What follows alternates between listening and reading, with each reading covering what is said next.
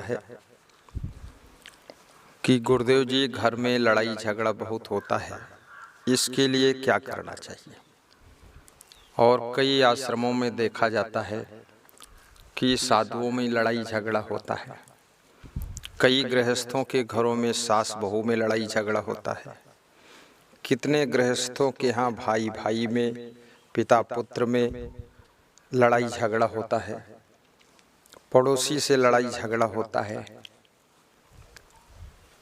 कितनी जगहों पर देखा जाता है कि राजनीति में पार्टी को लेकर के एक नेता दूसरे नेता से लड़ाई झगड़ा करता है, व्यापारी में लड़ाई झगड़ा होता है, ग्राहक और दुकानदार में लड़ाई झगड़ा होता है, मीडिया वालों से भी लड़ाई झगड़ा होता है।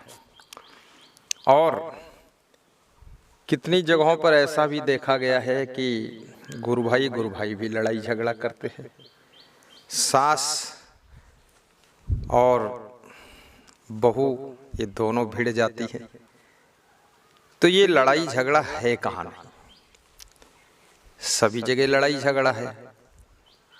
मजदूर और मालिक में लड़ाई झगड़ा होता देखा जाता है, ड्राइवर और मालिक में लड़ाई झगड़ा होता है, डॉक्टर और मरीज में भी मारपीट लड़ाई झगड़ा हो जाता है, और कभी कभी गुरु शिष्य में लड़ाई झगड़ा होता है। तो आखिर ये क्यों होता है और ये कैसे मिटेगा, इसका सवाल आज खड़ा हो गया। क्योंकि मैंने देखा है ऐसी कोई जगह नहीं जहां लड़ाई झगड़ा ना हो, लेकिन कुछ ऐसी जगह हैं जहां लड़ाई झगड़ा नहीं भी है, और लड़ाई झगड़ा को मिटाने के फार्मूले भी हैं। क्यों होता है लड़ाई झगड़ा, इसके पीछे रीजन क्या है? इसके पीछे रीजन है कि जब मनुष्य मनमानी करता है, गलत काम करता है, बुरे कार्यों में प्रवृत्त हो जाता है, किसी की सुनता नहीं है, समझाए से समझता नहीं है, लालच में फंसा हुआ है, चोरी भी करता है, बेविचारी करता है, जुआ खेलता है, ऊट पटांग काम करता है, न भाई की सुनता है, न पिता की सुनता है, न बेटे की सुनता है, उचित अनुचित का ध्यान ही नहीं रखता है, आलस्य भी बहुत है, और अहंकार चरम सीमा पर चढ़ा हुआ है। इसलिए लड़ाई झगड़ा होता है। इसको मिटाने के लिए मेरा क्या कर्तव्य है और किस स्थान पर, किस सिस्टम में, किस कंडीशन, पोजीशन, सिचुएशन में मेरा क्या कर्तव्य बनता है। लोग प्रायः ये सोचते हैं मेरा अधिकार है, ये मेरा हक है, मुझे ऐसा देना चाहिए, मुझे मेरे लिए ऐसा करो। अधिकार के लिए जहाँ लोग सोचते हैं वहाँ लड़ाई झगड़ा जरूर होगा। जहाँ लोग लालच करेंगे वहाँ भी लड़ाई झगड़ा जरूर होगा। जहाँ पर लोगों के अंदर सहनशीलता नहीं है, लड़ाई झगड़ा खूब होगा। लोग जहाँ घर ही में चोरी कर रहे हैं, आश्रम में भी चोरी कर रहे हैं, वहाँ लड़ाई झगड़ा होगा। जिनके आचरण सही नहीं है, बेविचारी टाइप के हैं, कुकर्मी है, दुष्कर्मी है, उनके घर में, उनके आश्रम में लड़ाई झगड़ा खूब होगा। जो लोग अपने कर्तव्य को याद करते हैं कि मेरा धर्म क्या है और मैं क्या हूँ, मुझे क्या करना चाहिए। मान लिया सपोज आपके पिताजी शराब पीते हैं, आप लोग उनसे नाराज होते हैं, लेकिन अब आप ये सोचिए कि ऐसी कंडीशन में आपका क्या कर्तव्य है। पहली बात तो आप शराब मत पीजिए। पिताजी के शराब पीने की आदत के कारण पूरे घर में कलह कलेश मचा हुआ है। अब उस आदत को तुम मत सीखो। कितने घरों में पिता शराब पीता है और उसको बेटा समझाता था मत पियो पिताजी, 2-3 साल बाद वो बेटा भी पीने लगा, तो आप भी उसी राह पर चले गए। अब झगड़ा और बढ़ेगा। और यदि आपके घर में झगड़ा होता है, शराब पीना छोड़ दो, गुस्सा करना छोड़ दो, गम खाना सीख लो, सहनशीलता सीख लो, पक्ष पत्नी का सही है कि पति का सही है, सासू का सही है कि बहू का पक्ष सही है, सही की बात नहीं है। यहाँ बात ये है, गम खाना पड़ता है सही पक्ष वालों को भी। देखिए भगवान श्री राम ने कितना गम खाया।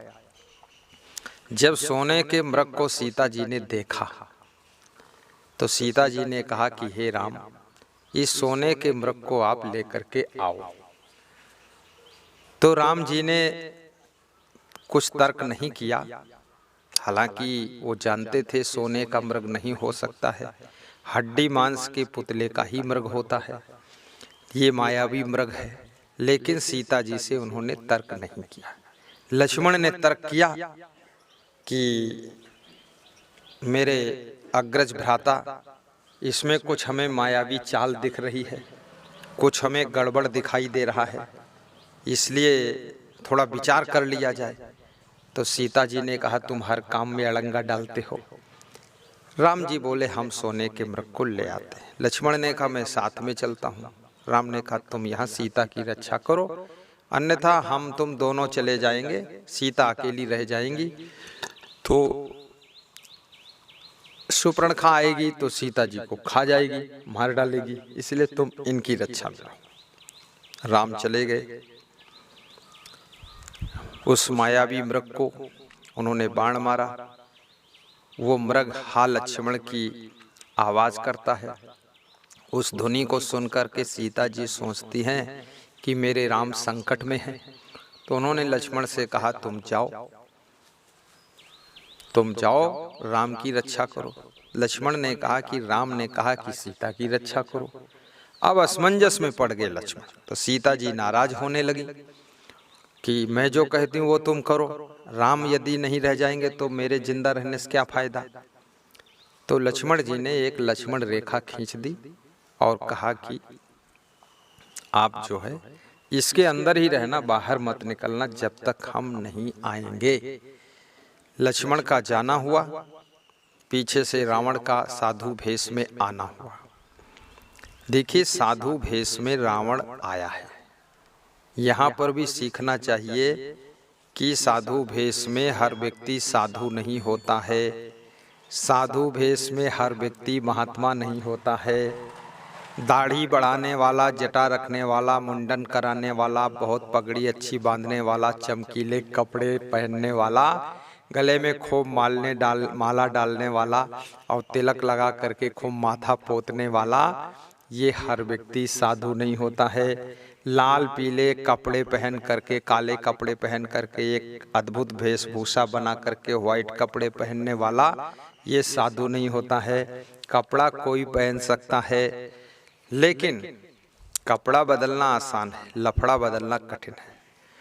तो दुनिया को सीखना चाहिए कि साधु भेष में आप थोड़ा उस पर संदेह भी कीजिए कि ये रावण है कि वास्तव में ये साधु भेष में विश्वामित्र है कि अगस्त मुनि है, कि ये साधु भेष में ब्रह्मचारी महात्मा है कि बेविचारी है।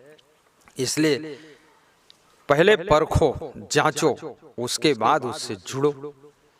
बिना जांच के, बिना परख के जुड़ोगे तो साधु के, नकली साधु से भी अशांति पैदा होगी। जैसे राम को अशांति हुई, लक्ष्मण को अशांति हुई, सीता को अशांति हुई। अब सीता जी भिक्षा देने के लिए लक्ष्मण रेखा लांघ जाती हैं, रावण उनको उठा ले जाता है, लंका सीता जी पहुंच जाती हैं, रोती गाती हैं। इधर राम जब वापस लौटते हैं, सीता जी को पंचवटी में नहीं पाते हैं, राम का मन भी दुखी होता है और राम लक्ष्मण दोनों आपस में तर्क नहीं करते हैं, सीता जी की खोज में लग जाते हैं और खोज में फिर राम रावण का युद्ध होता है। बहुत लंबी कहानी है, उसको मुझे सुनाना नहीं है, उसमें देर भी हो जाएगी। और सीता जी को वापस लाते हैं। वापस लाने के बाद राम ये नहीं कहते हैं कि तुमने लक्ष्मण रेखा क्यों लांघी थी या तुमने सोने के मृग को मारने के लिए क्यों भेजा था। तर्क वितर्क नहीं किया। राम ने सोचा मैं मेरा कर्तव्य निभा दूं, अब सीता जी से जो चूक हो गई, गलती हो गई, उसको हम क्षमा करते हैं। तो परिवार में यदि झगड़ों से बचना है, जहाँ पर आप रहते हैं, चाहे साधु समाज में हो या गृहस्थ समाज में हो, घर परिवार में हो या कि राजनीतिक पार्टी में हो, तो वहाँ 2-3 बातें ध्यान रखने योग्य है। गलती करने वालों को क्षमा भी कीजिए और ज़्यादा गलती करते हैं, जैसे रावण ने बहुत बड़ी गलती किया तो राम भगवान ने उसको दंड भी दिया। परशुराम ने राम को गाली दिया, कठोर शब्द बोले, राम ने क्षमा कर दिया। लेकिन कुंभकर्ण को राम ने वध करके दंड दे दिया। राम ने रावण का वध करके दंड दिया। बहुत बड़ी गलती किया था बाली ने, सुग्रीव की पत्नी को रख लिया था, राज्य छीन लिया था, तो उसको भी वध करके दंड दिया।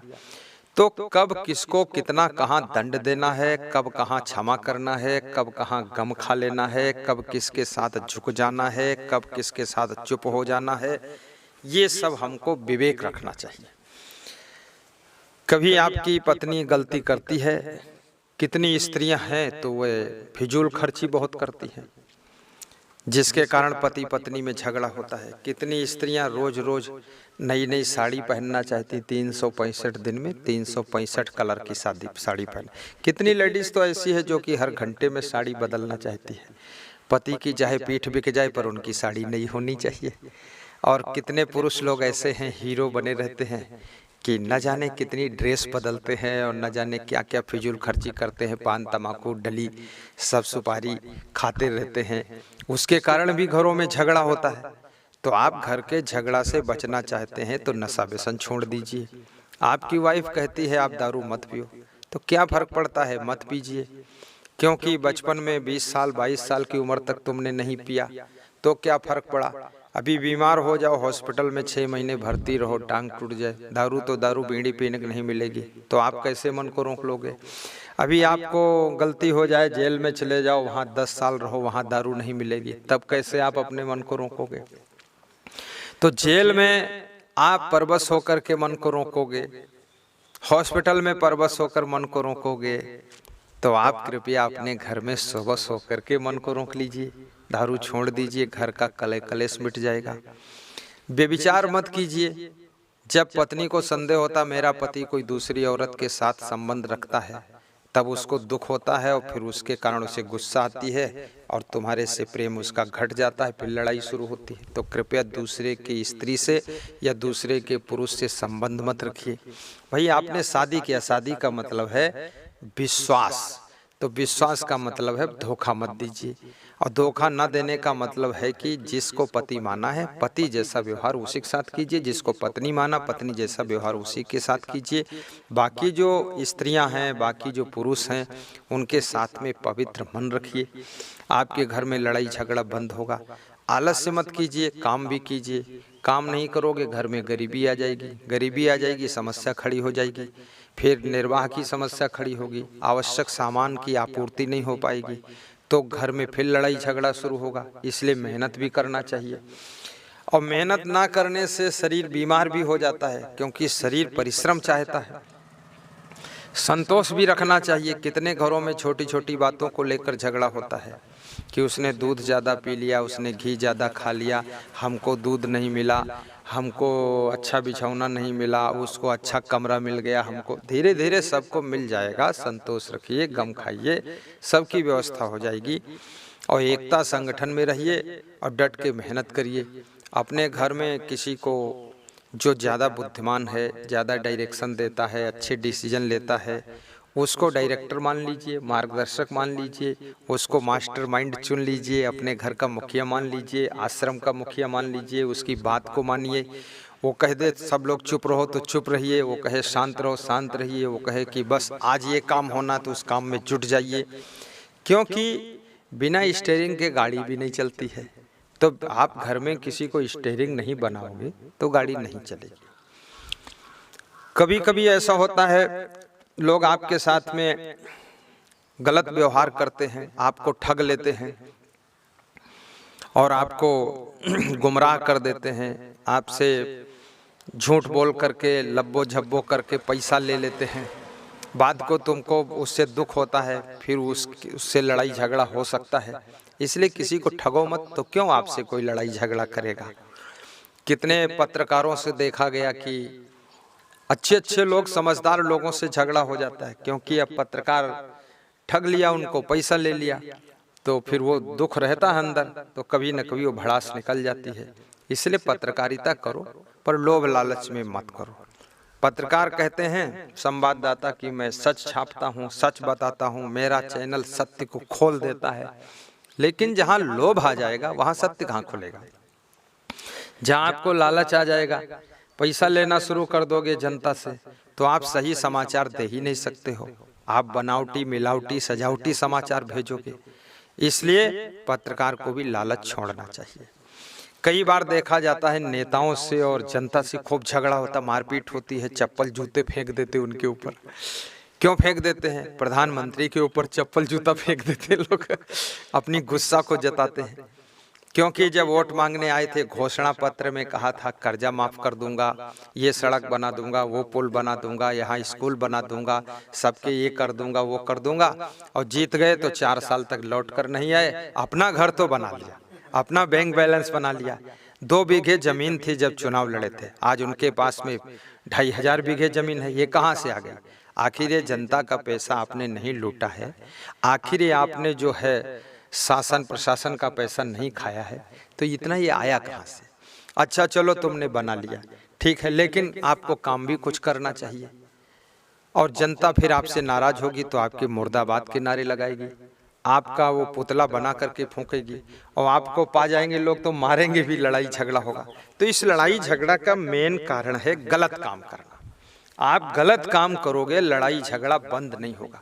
कितने साधुओं में मैंने देखा, आश्रमों में देखा, वहां लड़ाई झगड़ा होता है, साधु साधु भिड़ जाता है, छोटी छोटी बात में भिड़ जाता है। क्यों भिड़ जाता है? टोटल साधु आलसी है, निकम्मा है, कामचोर है, और भी सामान चोर भी है, और फालतू बातें बकवास करता रहता है, निंदा बुराई करता रहता है। कितने आश्रमों में मैंने देखा, वहाँ का साधु वहीं के गुरु, अपने ही गुरु की निंदा करता रहता है, अपने को ज्यादा होशियार समझता है, और अकल कुछ नहीं है, चोट्टा, अकल कुछ नहीं है, चोट्टा बना है। तो जो गुरु का परम भक्त है वो उसको फिर डांटता है, उसके साथ झगड़ा हो जाता है, कहना सुनना हो जाता है। कितने आश्रमों में मैंने देखा, एक साधु का सामान दूसरा साधु चुरा लेता है। अब ये चोट्टों का तो झगड़ा होगा ही। यानी झगड़ा का कारण सब गलत काम है, गलत स्वभाव, गलत आचरण, गलत विचार, गलत कर्म, गलत सोच, गलत व्यवहार, इससे झगड़े का जन्म होता है। झगड़ा का रिश्ता न साधु से है, न नेता से है, न गृहस्थ से है, न पत्रकार, न चित्रकार, न कलाकार। झगड़ा का रिश्ता है तुम्हारी गलतियों से। तुम जितनी गलत गाड़ी चलाओगे, चलना बाएं साइड में चाहिए, चलते दाएं साइड में हो, और फिर किसी की गाड़ी से रगड़ दोगे, उसकी नई गाड़ी है, तो रुक करके तुम्हारे 2 तमाचे मारेगा, झगड़ा शुरू हो जाएगा। प्रश्न पूछा गया कि हमारे घर में लड़ाई झगड़ा होता है। आप भाई हैं, बहन हैं, अपना कर्तव्य का पालन करो। लड़ाई झगड़ा तो गलत काम से ही होता है, और गलत काम करने से आपसे जुड़े हुए लोग सब दुखी भी होते हैं, परेशान भी होते हैं। इसलिए सब बहुओं से कहूँगा आप भी गम खाइए, सासुओं से कहूँगा समता रखिए, ससुर से कहूँगा गलत काम मत कीजिए, पुरुषों से मैं कहना चाहता हूँ कि आप शराब मत पियो, गलत काम मत करो, व्यभिचार मत करो, नारियाँ भी व्यभिचार मत करें, नियम संयम से रहो। हम लोग मनुष्य हैं, कोई पशु नहीं है कि इतना भोग विलास में डूब जाए। संयम नियम से रहना चाहिए, प्रेम प्रसन्नता से रहना चाहिए, तो हमारा जीवन मंगलमय होगा और लड़ाई झगड़ा सब बंद होगा।